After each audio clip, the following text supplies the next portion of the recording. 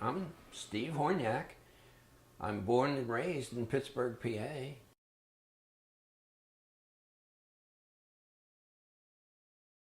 You know, Martin Luther King was in the news in down south, the demonstrations and the way the police handled those situations down there. We looked at that. We were aware of that, and it was a different atmosphere. I think that we had some pretty good leadership back then, and I know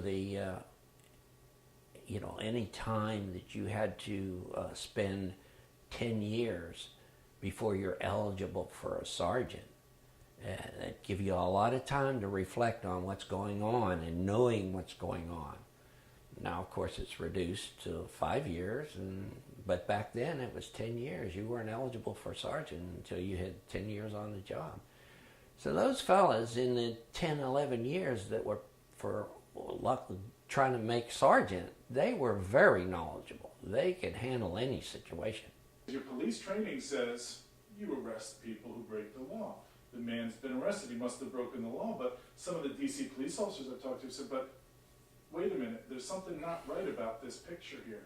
What has he done wrong? What is he getting arrested for? Did you ever have that kind of parallel paradox? Not really. I just felt a deep injustice that was occurring at the time.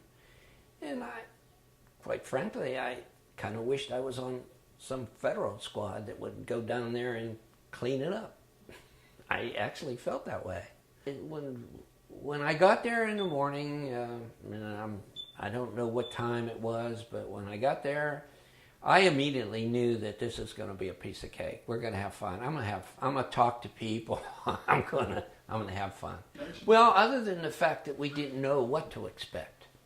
Like I personally, at that time, not being in on the intelligence, not being in on planning, I didn't know what to expect. Whether I would be monitoring a procession of marchers or being on the side of the hecklers trying to calm them down. I didn't know what to expect. So I just went down there with an open mind. And then when I got there, I said, whoa, this is going to be a piece of cake, because I could feel. I had that, when you're a cop, you have that perceptive shorthand on people. So I knew that it was going to be cool. It's going to be okay. Now, where were you during the day? I mean, you're as you said, you moved around. It was just right along the corner of the reflecting pole, just in that area amongst a sea of people. I heard Reverend King booming with loudspeaker because I was further down and I couldn't hear every word and so on. But I heard the echo of his voice, and I remember that. And it was almost like a sermon in church. People were quiet. The day was made, and it just crescendoed, and it all become meaningful when it was all over, said and done. And I think he nailed it. The Reverend nailed it. Even like the resonant of his voice, it just kind of gives me chills. And he's saying something, and every time I hear it, it gives me chills. I said, well, yeah, this is what we need. We need somebody to step up and say these things. That's how I felt. It was so much fun. It was a pleasure to be there.